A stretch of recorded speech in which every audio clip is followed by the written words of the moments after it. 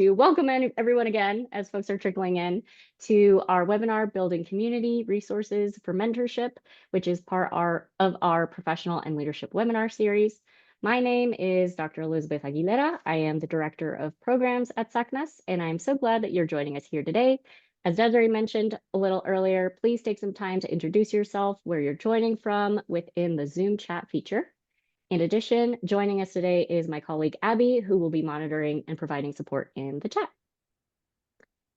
So as I welcome you to the webinar, and per our SACNAS tradition, I would like to take this time for all of us to have a brief land acknowledgement and grounding. I currently reside in Colorado on the land of Arapaho and Cheyenne tribal nations. Our organization SACNAS is based out of California, which is the original homelands to over 200 tribal nations, bands, and rancherias of Native American/Indigenous people. I would like to take this time to acknowledge the original inhabitants of the various regions that we all live and work in, as well as honor the rich culture of our Indigenous people across the country.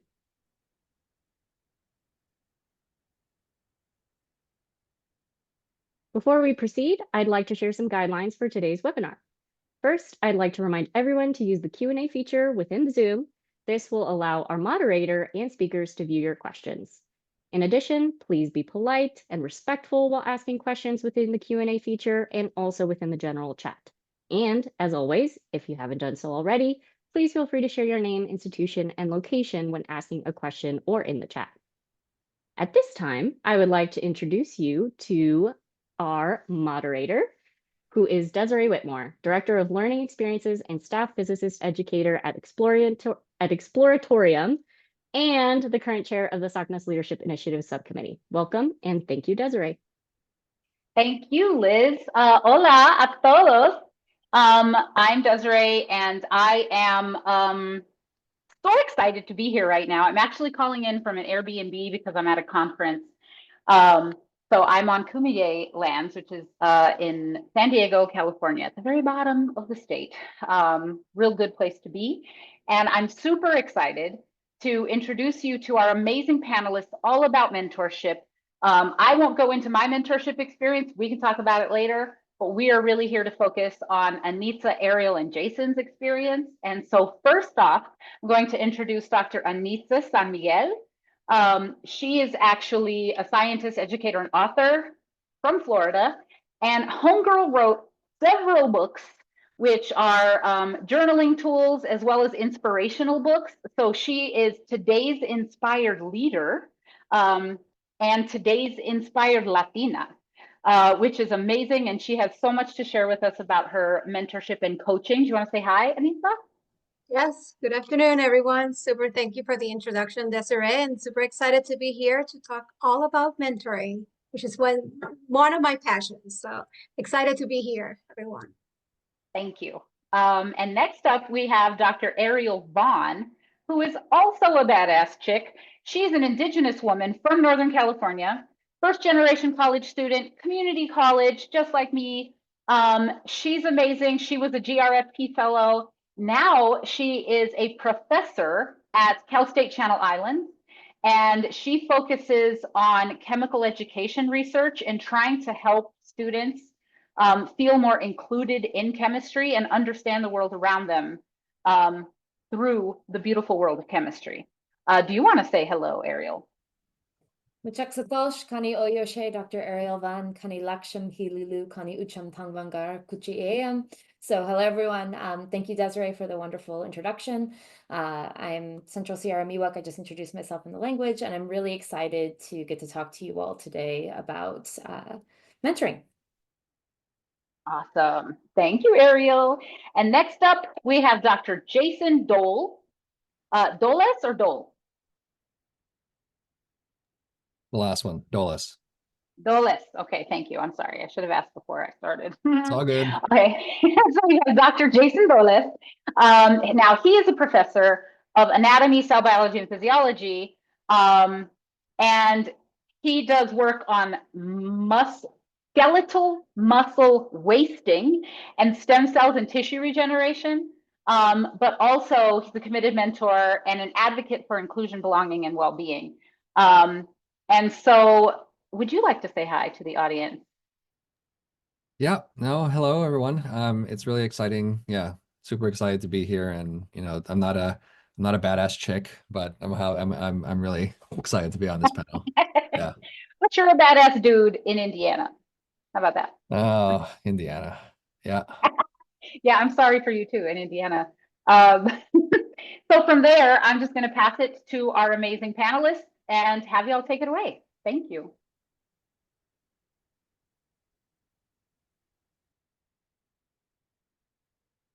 Okay, I'm testing my control. It looks somewhat sad. Is it working? There it is. Okay, perfect. Well, again, welcome everyone. Thanks for joining us.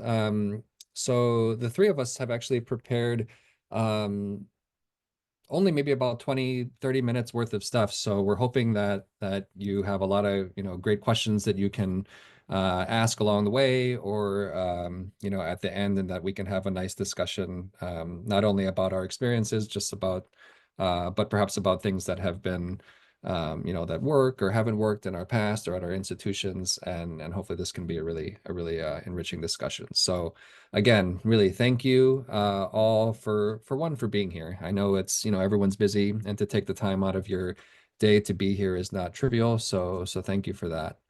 And also, because you're here, we know that you're at least a little bit, hopefully a lot, committed to mentoring and to building community, and perhaps wondering how mentoring and building community fits in. But it should, hopefully it makes sense. But if not, we'll get a little bit more into that.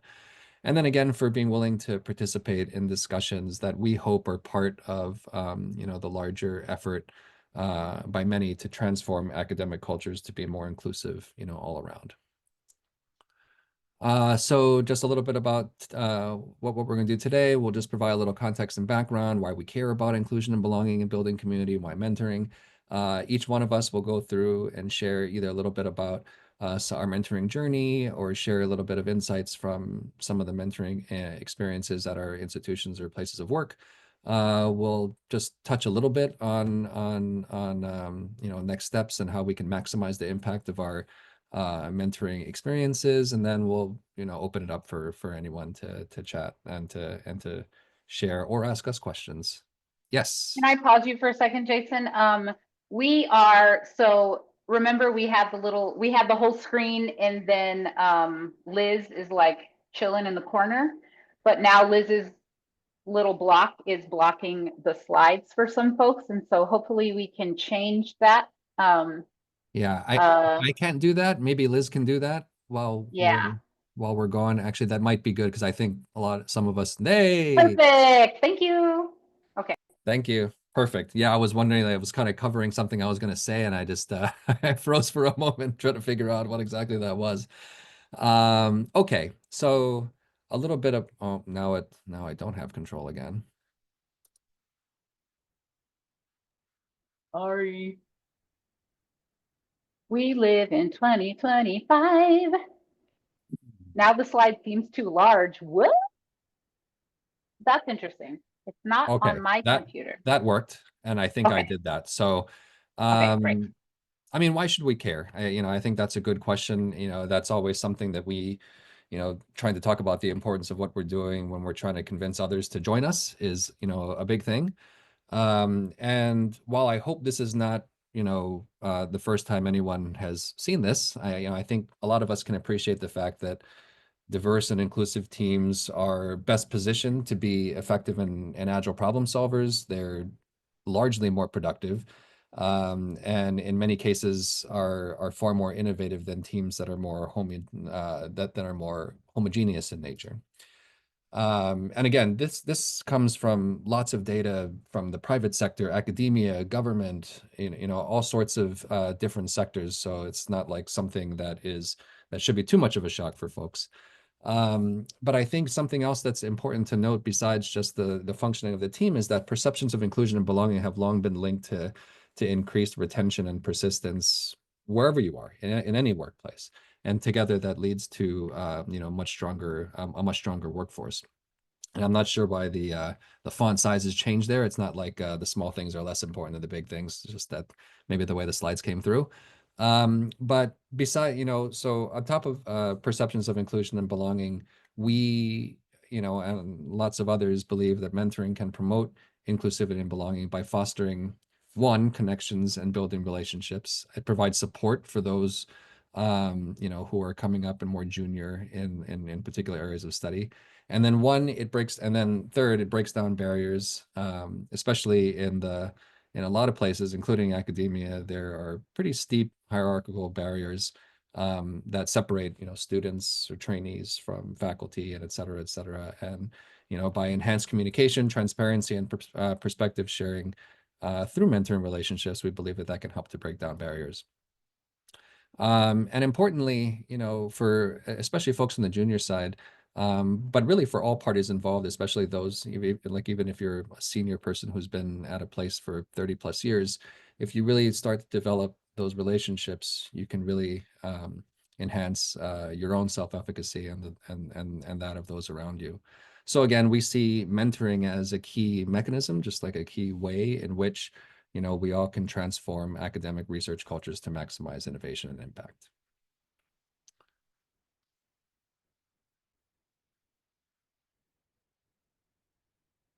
We're trying. We're doing a combined presentation, so we're working on passing it off. We're good. I think we're doing pretty good. We're live, so everything is fair here. So good afternoon, everyone. I'm Dr. Anitza San Miguel, and I'm going to talk about the types of mentoring.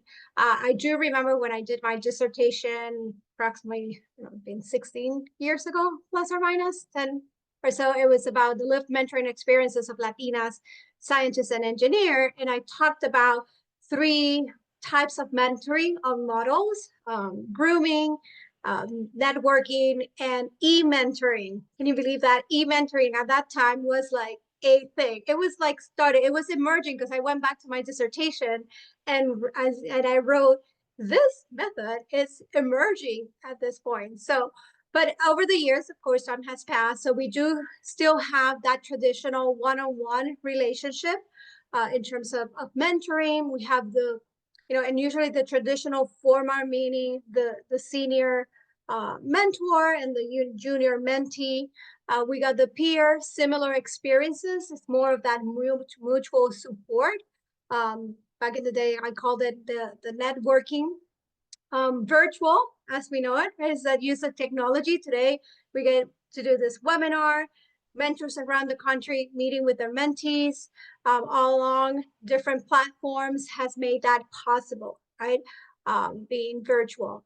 We also have, let's see if I can move here. Yes. Group mentoring, right? Where we have one mentor with multiple mentees. I do that myself as well. I mentor a group of high school students once a month. We all talk about leadership. It is me with approximately 20 students or so. Again, just different types. This one is very interesting. I've seen it, I experienced it just a few weeks ago. It's reverse mentoring, where it's the young mentor into that senior mentee. And last week, I think it was last week or so, I went to meet with one of my mentees thinking, we're having this conversation. And it happened that I got so much. I was the one being mentored by my mentee. So it was a great experience that just tells us how things have changed. And then we do have the informal mentoring type, which is unstructured, nothing, really structured in these different sessions. So we have, I believe we may have others as time goes along, but these are just the main types of mentorings that we're seeing nowadays. Okay, I should be able to control the slide. So let's see. Oh, that worked. Okay. So hello again, everyone. So I'm going to talk to you today about mentorship in comparison to some other models that it usually gets confused with, right? So mentorship typically is something that's going to be more personalized, more one-on-one, and is usually used in terms of career development. And it's really about providing guidance and support based on your own experiences that you've had. Whereas something that might look similar and is oftentimes confused is something like sponsorship. So sponsorship is when someone in a position of power helps make your work more visible. It's usually used as a form of career advancement, right? So I might be mentoring students, and sometimes I could serve as a sponsor for them, but I don't always serve as a sponsor in my mentoring relationships. In the same way, as an assistant professor, I have lots of sponsors at the university, right, who help make sure that my work gets shared out, and they're, tenured and farther ahead of me in that process. Another thing that mentorship oftentimes gets compared to and talked about in context is advocacy, right? I can serve as an advocate for someone if I'm speaking up for them. I can promote and defend their interests, but I don't necessarily have to be a mentor in order to serve that in their role. I know I can think of a situation right off the top where a student who I wouldn't say that I had a mentorship type relationship with reached out to me when the school had made a mistake and it impacted their ability to get an internship. So I took it up the chain, right, to advocate on behalf of the students, like, we need to make sure that these emails are getting sent out and we're doing these steps. But you can serve more than one role for someone, but there is no expectation to serve all of those roles in our own mentoring networks, right? I have people who are mentors for me, who are advocates for me, who are sponsors for me. And the last thing I wanted to cover was coaching. So that's really about much more like specific, focused skill and performance development. So someone might coach me in grant writing, right? This person would help me build up the tools to learn grant writing, but they're not necessarily giving me guidance and advice in my career overall aimed at specifically career development. So while mentorship might happen alongside any of these things, today we're really talking about that providing guidance and experience from our own life stories, right? So at this point, we're going to transition into each one of us sharing our own insights and our own stories as to what mentorship has looked like for us, an example. And I happen to have the first story, so this makes the not having to change something over easier, right? So my story is called Broken Promises. Maybe this is like a harsh idea to start with. So the immediate thing that I thought about serving as a mentor, as an assistant professor who's still decently new in this role, I've always immediately looked for community wherever I go. And I think that that's probably something that a lot of people here have experience with, like searching for their own communities. And my very first job out of graduate school, I was actually a visiting assistant professor.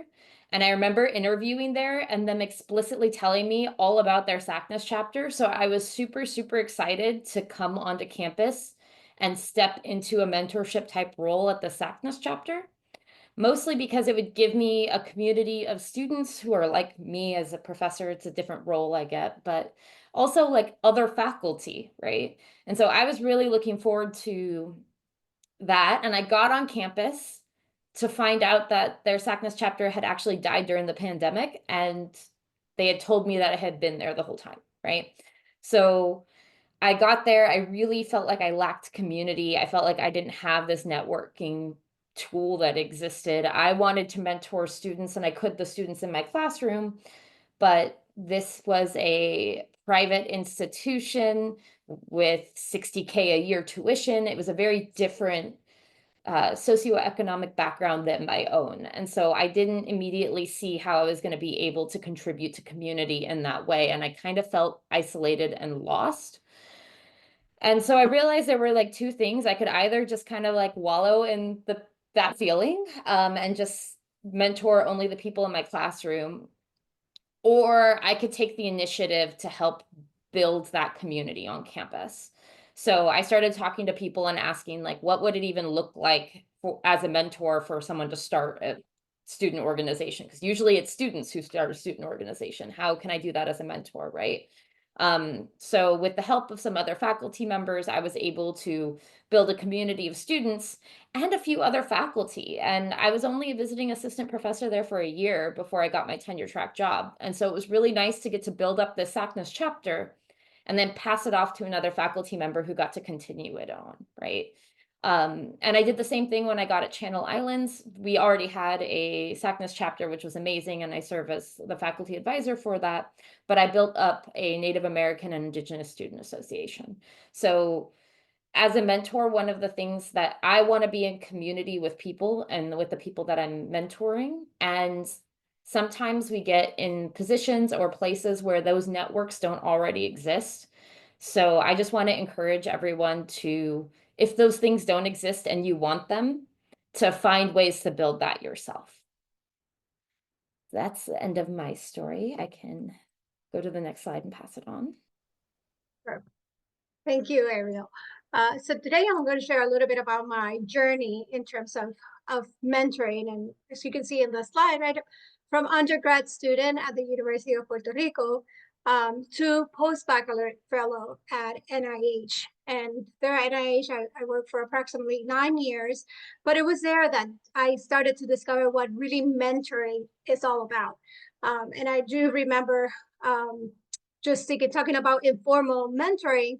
I needed help with taxes, and I got connected to this scientist, also from Puerto Rico, there at NIH, and she helped me with the tax set. But that informality, that experience that happened there, led to a mentoring relationship between the two of us. Right? As it grew over time, and we still stay connected.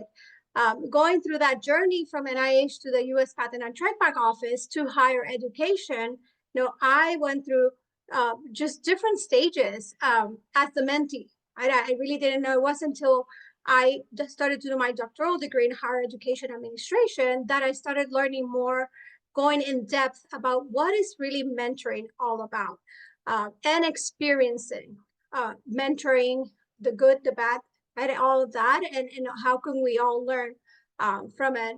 And as I went through higher ed, from community college professor to administrator, that was where I started developing more of those skills. I knew the knowledge because I had studied it, I had researched about it, but I really started to practice that while I was a professor and later an administrator at community colleges. And just being able to help students in different ways through mentoring. We know some mentoring relationships were just short, maybe one semester. Others have been long lasting and we've kept in touch. As administrator, being able to be a mentor, not only for students, but also mentoring the faculty as well.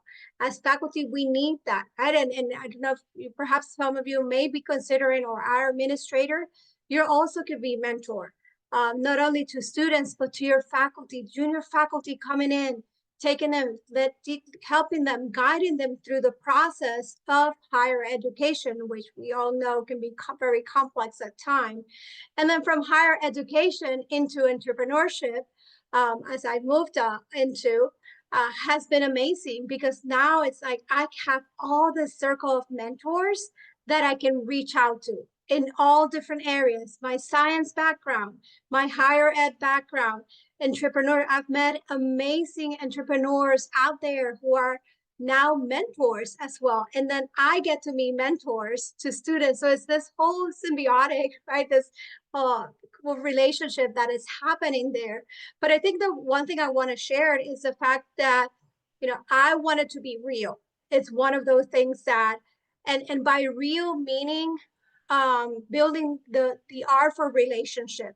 We got to build as mentors. We got to build those relationships, mentors and mentees. So two-way street. Also be helping equip that next generation, those mentees coming in, that we can help them, equip them. Our attitudes as well, that we do our checkpoints along the way, but that we also create and that we build those leaders as well, because along the way we're all leaders for that. So just wanted to share a little bit about that journey, and to know that everything that we do as mentors, mentees, everything is possible. We just got to trust in ourselves, we got to believe, and we got to take the action. And I applaud you all being here by taking the action and being here in this webinar today.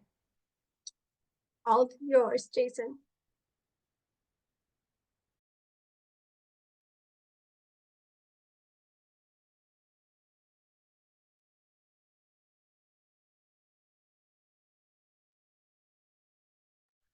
I was going to say, like, I'm like the least technologically savvy of the three of us, so I apologize.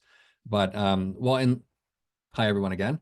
In lieu of my personal story, it's not that I'm trying to hide it or anything. I'm happy to share, and I have a lot of successful mentoring relationships I've had in the past. I've had a lot that have broken down, and that I wish could have been better over the course of my career. And also having now been, I just realized that I've almost been a professor now for 10 years. And I've really seen, how mentoring relationships can really lead to community and the power of that, and how much that's helped to sustain even folks staying in their program, like not dropping out, and how helpful that's been for either individuals or for groups of students.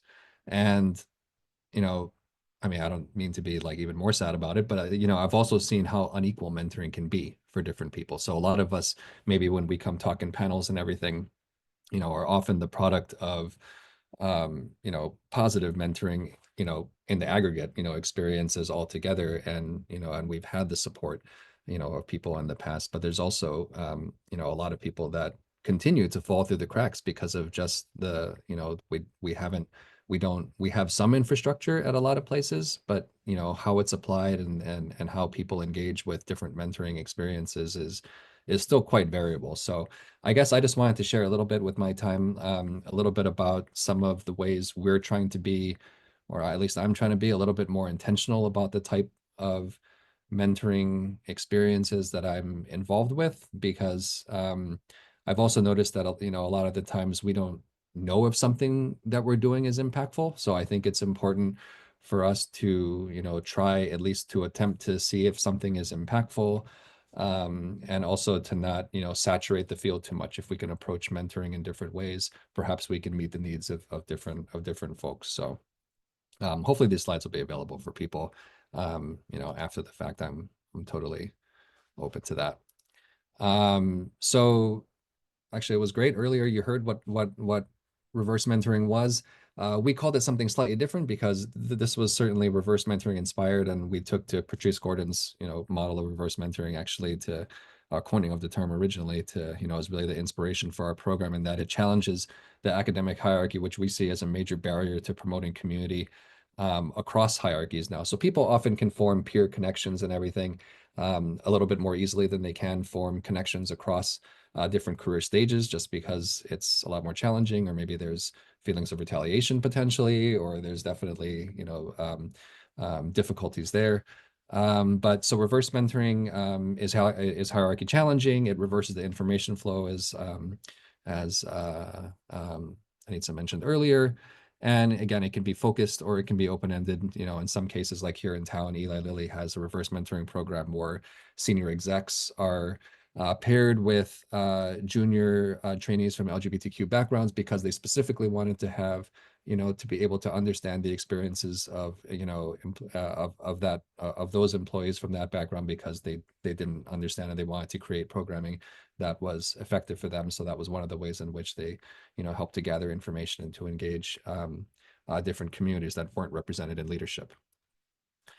So forward mentoring is similar to that, and that it's not and that it does challenge the hierarchy, but it's distinct from reverse mentoring, and that it's not instructive. We're not requiring a junior person to mentor an older person. We're simply bringing people together on neutral terms to discuss things that should benefit everyone. So in this case, we're discussing, a lot of the topics that we discuss during these mentoring meetings are things related to leadership development, like how do you build trust? How do you, what's empathy? What are different kinds of empathy?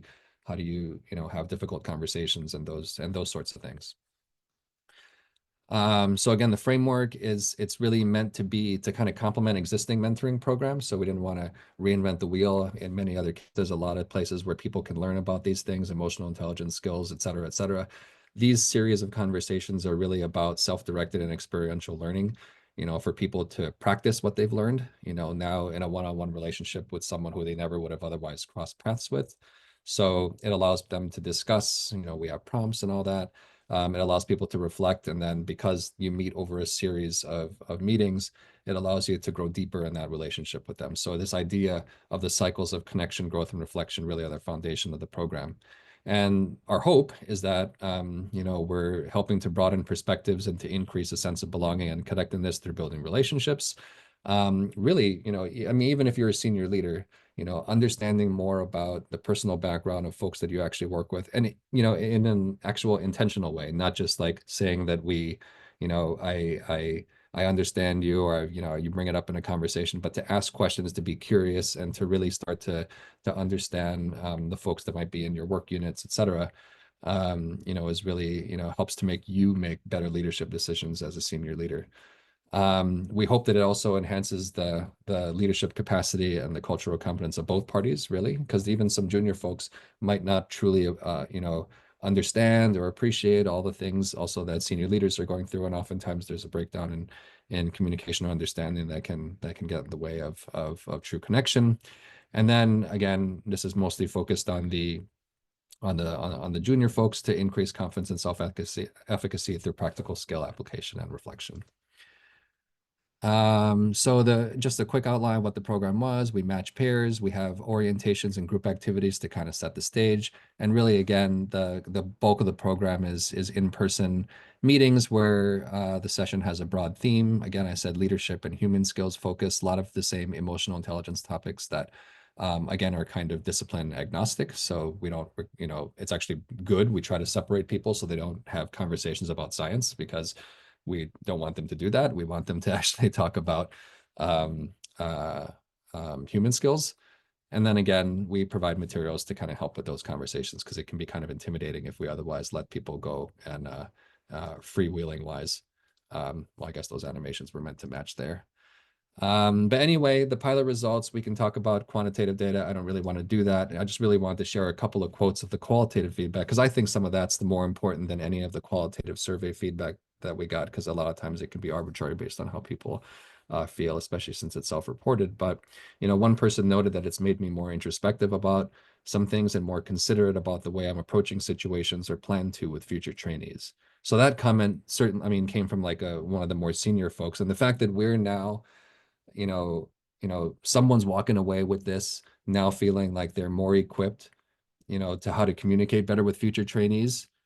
That's like the like the fantastic. I mean, we weren't even anticipating that would be the case. We were hoping that these kind of conversations would set the stage for people to be able to now, okay, I've had these kind of conversations with a single person. Maybe now this is a framework for how I can approach some of these topics with people outside or in my lab or in my classrooms or other kinds of things. But the fact that this impacted, you know, this person in that way was really heartwarming to us. And on the junior side, we got a few comments like this. Was one of the strengths of the program was the way that I felt that my voice was listened to during these sessions.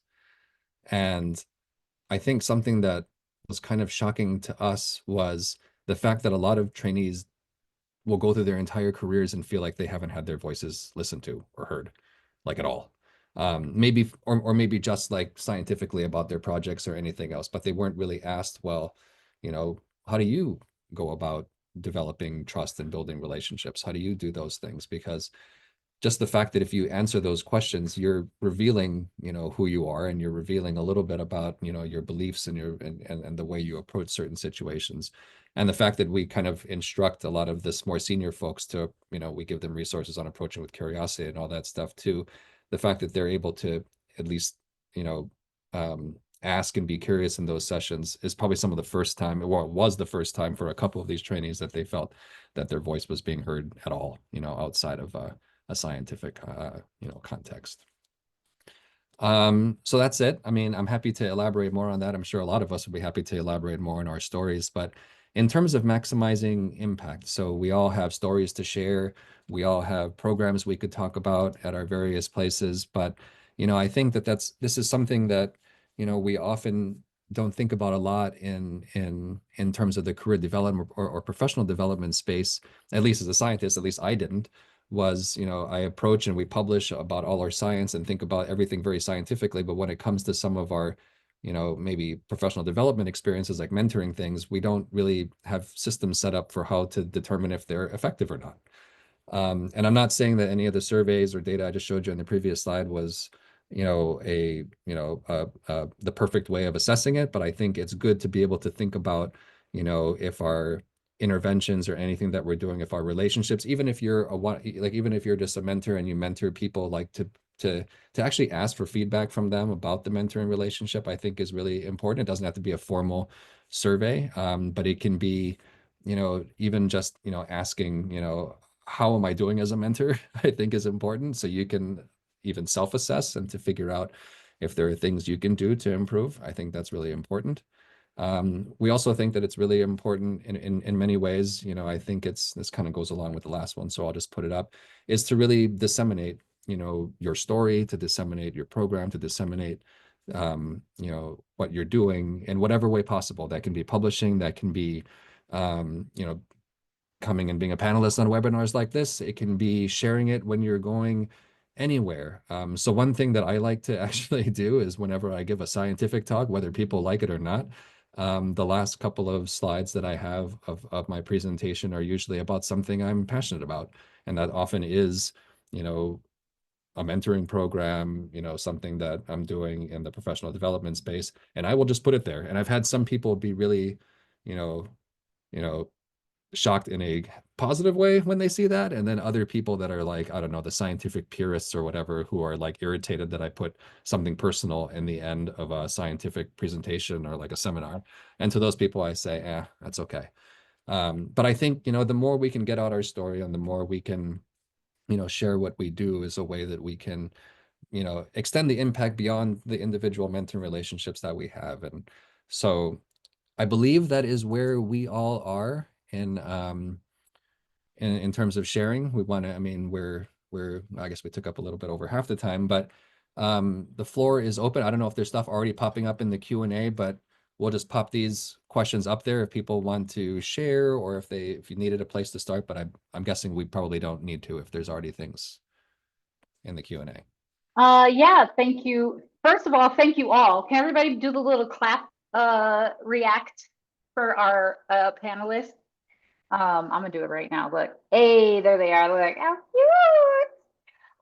cute. Thank you all. That was, yeah, that was super informative. And I also have some questions, but number one, a question that was asked a few times is, are the slides going to be shared? And I believe that they are, but I gotta check in with Liz before I say that. Okay, Ariel says yes. So yes, the slides are going to be available after this talk. So if you came in late, or if you missed something, or you really love what you are hearing, you are going to get the slides. One question, so I have several questions, but one that we got in the Q&A is, what can we do to calm fears for the future among our younger members with regard to the present state of affairs? A tough question. So do any of you have anything? I don't mind kicking that off a little bit if people don't mind. Thank you. Mostly because I have also, one of the places I've worked on building community is in my classroom. So I've had a lot of conversations with students, and they are very scared right now, a lot of them. And I know that, for example, I teach General Chemistry 1. I have a lot of students in a degree we have called Environmental Science and Resource Management. And they all watched all the REUs that they planned on applying to. Almost every one of them disappeared, right? So we've been having some pretty difficult conversations in the classroom about this. And I don't know if it calms their fears, but I know I've had conversations about how, like, my research is in the field of DEI, right? I work on how I can make chemistry more inclusive. And we know that that's not something I'm supposed to be writing grants about right now, according to the agenda of the current administration, right? So I've just explained to them that these things don't stop. We don't stop doing the work. All it does is drive the work underground. So like, you just kind of have to, not that it's an ideal situation, but like, you got to find new ways of pitching what we're doing and different ways of approaching the problem. But what we don't do is we don't just entirely give up, because if we entirely give up, then all of that work that community is doing just stops. So I've been really talking with students about like my own ways in which I'm resisting these things and the ways that people I know in community are doing so. And that's really helped a lot of them feel empowered in whatever realm they can safely, because the emphasis was given at a event with people that occurred where we all got online at the same time because we weren't allowed to have a conference about it anymore, right? Where you can't protect people. You can't help community if you are in jail. You can't help community if you're deported, and you can't help community if you are no longer living, right? So these are things we have to protect ourselves, but like we all have these support systems and we can all help each other in the background. And that was a really long answer. I'm sorry, y'all. It was a beautiful, perfect answer. Thank you, Ariel. Does anyone else want to take a stab, or are you ready for the next question? Yeah, I love that. I just, I try to do that too. I try to be a source of, I mean, I don't want to say calm and everything else like that too, but I tried doing that first, and then I realized that, I think it's okay to share that you have fears, as a leader or as a senior person, that you also have anxiety, that you're angry about it. And I think it's really important to acknowledge, that what they're feeling is totally valid, and to really hold space for that. And sometimes, and even before I get into what I'm doing and all that stuff too, yeah, I'm like, yeah, this sucks. I mean, this is really hard. This is stuff that I'm passionate about. This is stuff that I know you care about. And yeah, our work is going to be a lot harder. Like, and how we do it, some people are pivoting in ways that take the work underground. Some people are trying to bash it head on. But I think, really just trying to, make sure that that it's okay to express those feelings, I think is where I like to start from. And if it seems appropriate, then I might share what I plan to do with them, if they care or not. In some ways, yeah, we are trying to pivot to make things more digestible by folks who are scared away by a few simple words like equity or inclusion. Because ultimately, I feel like there are arguments that can be made without diluting the impact of what we're doing, in a way that is hopefully more digestible in the future. It's possible. I'm not going to say that irrationality doesn't take over, but it's, yeah. So I guess that was my comment on that. Thank you. And Anitza? I'll just take a quick stab kind of from a different angle, right? In the sense that we want to kind of set the ground as well, but at the same time, just be grateful, right? I think having that positivity in a way helps you as the individual to stay calm so that then you can impart, right? And then you can help your teams as well. But if I'm and granted, I don't want to minimize anything, but I just want to make sure it's just being grateful. I had the opportunity to do this work. I can continue to do this work. Perhaps it looks differently. Perhaps I think you have to be more creative. But being grateful in that sense helps you calm. I always think it as a scientist, right? If I'm negative, I don't, people are not going to be to want me around them because it's like, she's all that negativity is.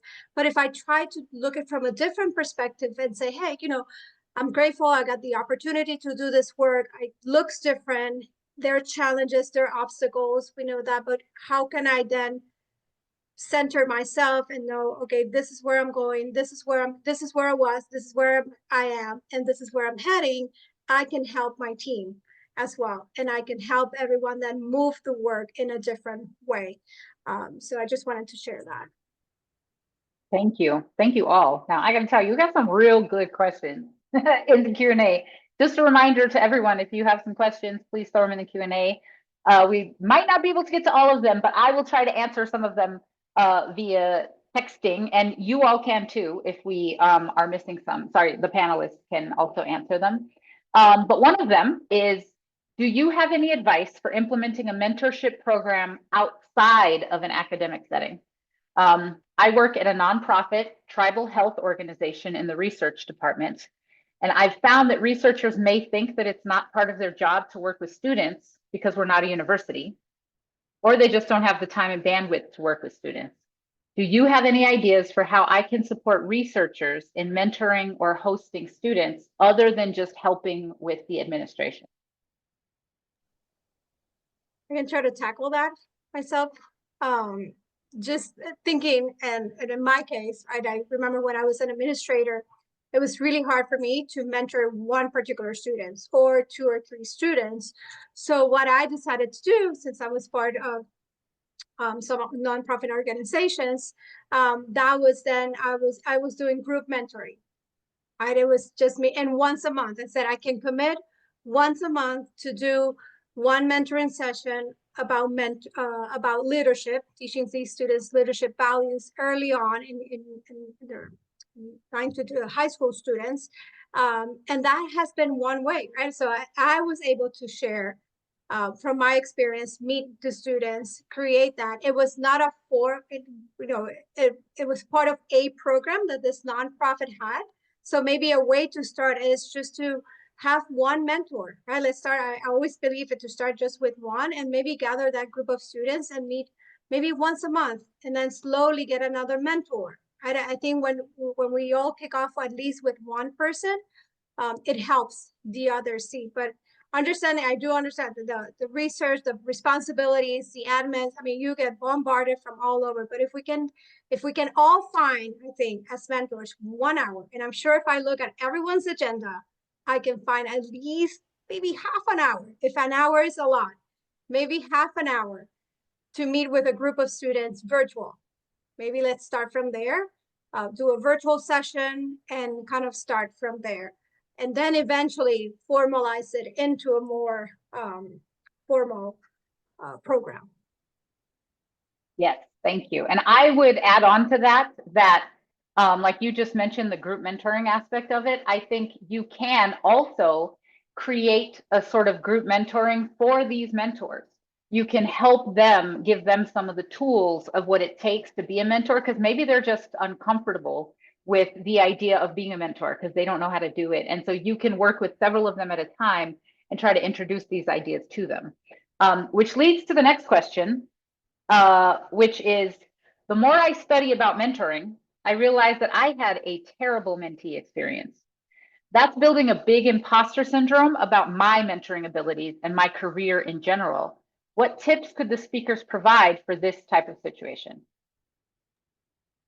I don't mind jumping on that. I will honestly say that I also had a pretty bad mentee experience with specific mentors in graduate school, like some really rough stuff, right? I regularly tell students that. So my whole thing is my goal is to be the mentor that I didn't have.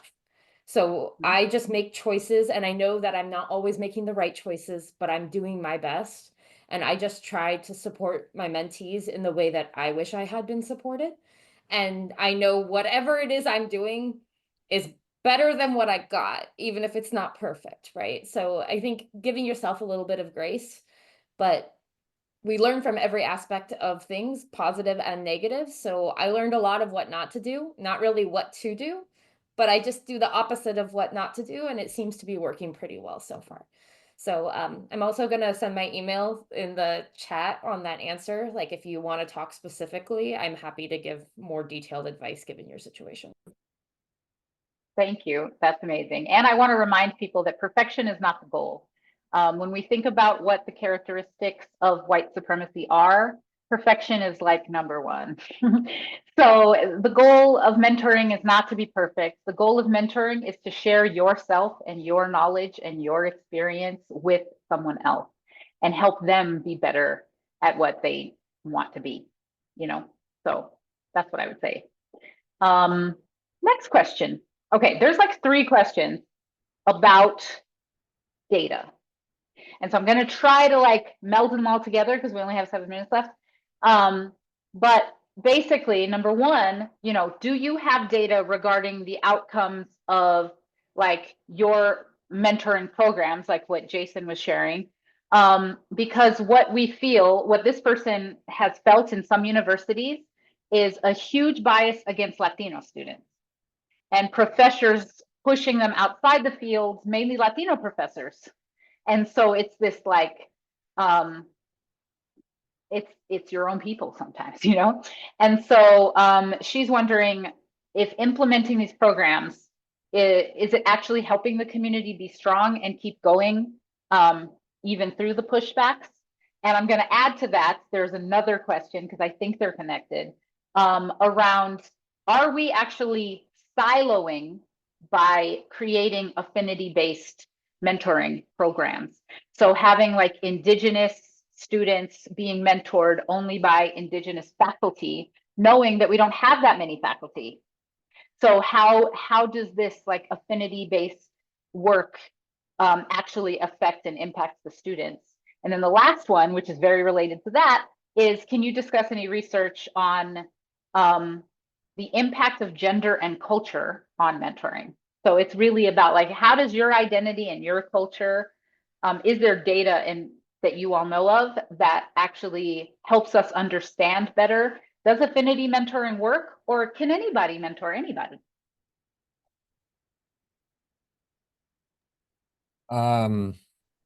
That's a lot of questions, but the I know, I sorry. can, but I can say that, I mean, so I haven't come across any of the data specifically about, you know, the impact of, you know, affinity-based mentoring or anything, or like the relative impact, or at least what the question was asking, potentially negative impact that that could have on some groups. It's like we tend to like I guess something analogous is like, well, like how we tend to almost be harder on our own family members or, you know, other kinds of things. It's like you do see that a lot too, is that people of a certain race or ethnicity tend to be the hardest on folks of their own race and ethnicity. Whether that translates to outcomes for mentoring programs, I don't know. I guess I can give my own little personal anecdote about these things. And, you know, there are you know, arguments either way about, you know, why do we have these affinity groups? Why do we have like, why do we match people of the same background and same identity to do things, you know? And it's a struggle because, like, yes, that does increase to some amount of siloing. That does create a little bit of like an us and them, you know, in terms of how that, you know, can fragment a workplace. But in some cases though, that's a little bit of that is needed though, because, you know, if you're in the minority, you need a place where, you know, if you're a minority in a majority setting, your stress levels and your anxiety is always just, your baseline is a lot higher because you're always, you know, the one who is, you know, thinking about something, adapting consciously or unconsciously, and you need a space in your workplace or in your community where you can turn the volume down on all that stuff, on all that noise, and just, you know, take a breath and relax with whatever makes you comfortable. And if that is affinity based, you know, groups or mentoring, then so be it. So I mean, I think wholeheartedly banning it by saying it's silos is ridiculous, like in some sense, but it's but by the same time, I think saying that to, you know, folks who want to do that is not helpful. So I think some kind of balance between those activities and activities where you're challenging and celebrating those differences and making sure that you're aware of that, I think is good. So that's why I, you know, in some ways being aware of like the mentoring landscape that you have at your institution or place of work, I think is really important so that you're not biasing towards too much of one kind versus too much of another, but really, you know, having a lot of different options available and encouraging people to take advantage of what they need at a given time, I think is really important. So a lot of places you might ask, you know, you go to university and they'll be like, you know, what kind of mentoring programs that you have? You ask like a, you know, a random person, they won't have any idea, or they'll be able to name one program out of like 50. So I think, you know, more centralized, at least understanding or advertising of what they have, or some kind of, you know, central hub, at least of what is actually happening, you know, globally, or at least within an institution, I think is super important. So I think there's spaces for both. Long-winded answer. Maybe others can comment on the benefits or potential limitations of matched mentoring versus across groups. But sorry, no data to share. But if we find some, we can include it in the Yeah, and a lot We of can pop times, it in like the with all of slides. these studies, like even when I'm looking at outcomes across groups and like attrition rates and other, which I've done a lot of research on, like in that space, trying to, either for presentations or, papers or other kinds of things, it's hard enough getting data on whether or not like people are coming or going, especially for, minoritized or groups or even, smaller populations, because oftentimes the sample sizes are too small and like everything's, and the outcomes are so different between different papers that you can't like aggregate it into like a very easy to understand meta-analysis or anything else. So much less the effectiveness of a given program. Usually these mentoring programs are just too, like even like ours, are too small. Like, and we don't have enough, we can't disaggregate by anything.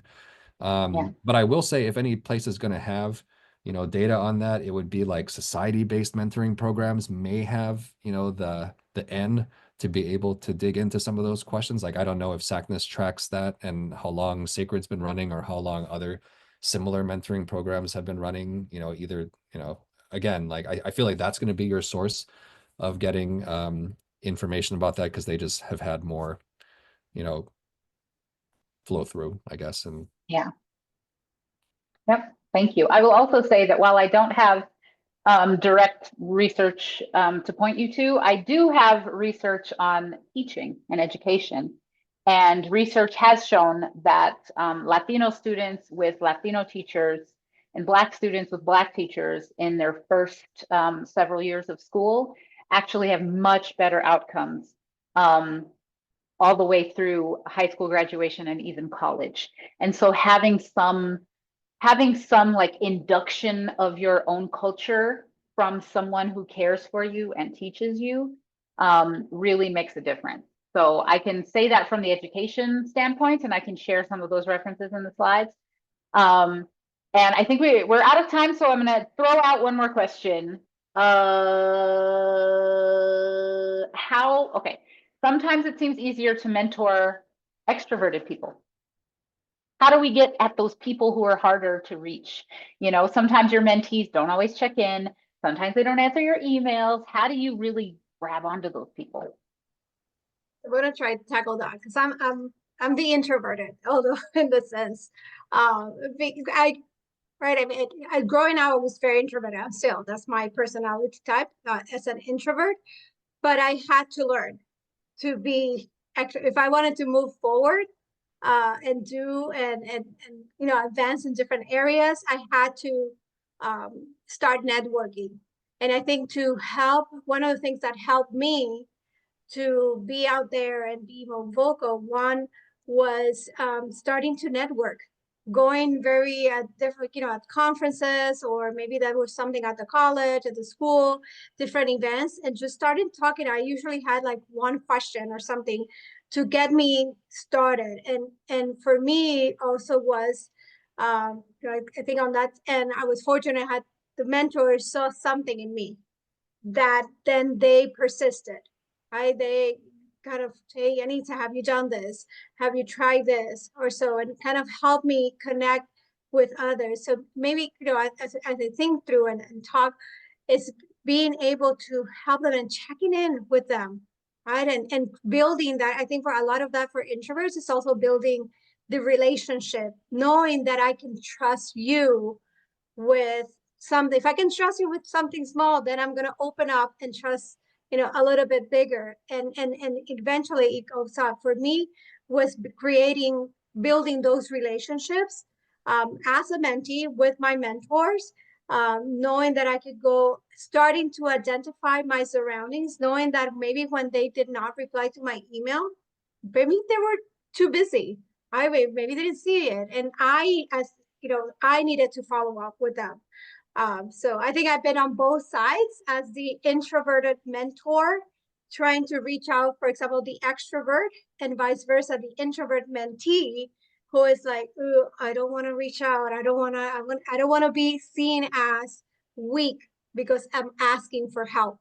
And I think that's maybe for a lot of the introverts could be, I'm generalizing, but it could be, I don't want to be seen as weak or not knowledgeable. If I participate on this, or if I did, what are they going to think about it? And then I start creating this whole story in my head that is not true. But as an introvert, I myself pushing back. So having someone, a mentor, to say, hey, you can do it. Let me help you. I'm here for you. And or just saying, how can I best support you? I think it's one of the things that I've learned, how I can serve you, how I can support you has changed a lot of that narrative for me. Yeah, I think that's the Okay. key time is acknowledging that, you had to be patient, more patient with some folks versus others, whether it's introvert or extrovert or anything else. And that, especially if people, I mean, you can't always get people to answer emails and all that, but I think trying to remember, to try to refrain from making too many assumptions about it. Like just, I feel like if, especially lack of an answer or lack of communication, people can make all kinds of things. Oh, they're just ignoring my emails, or, oh, they're just doing this. But I think trying to, approach that relationship, especially if it's something that you value and you want to mentor that person, like with at least some kind of positive intent, and not trying to make too many assumptions. But again, that whole patience and trust building thing, I think is great. And asking questions that are more thought provoking instead of like yes or no, I think is really great. Yeah. Well, thank you all so much. We want to honor your time. I'm sorry that we already are over by 4 minutes, but I thought that was an important question to hit up. But let's thank our speakers again. And also let's thank everybody who was here with us. Yeah, thanks for the clappies. I like the clappies. They're so amazing. We look can hear forward to them. seeing you at the next session. Please hit us all up. Our information is in the slides. It's also on the calendar invite for this. So if you want to reach out to any of us to ask us questions about mentorship, learn more about the programs that we offer, please do so. Thank you again. Thank you. There's also a 5-minute survey at the end of this webinar. So if you don't mind taking the time to complete that, give us feedback, that would be incredibly great for us. Thank you.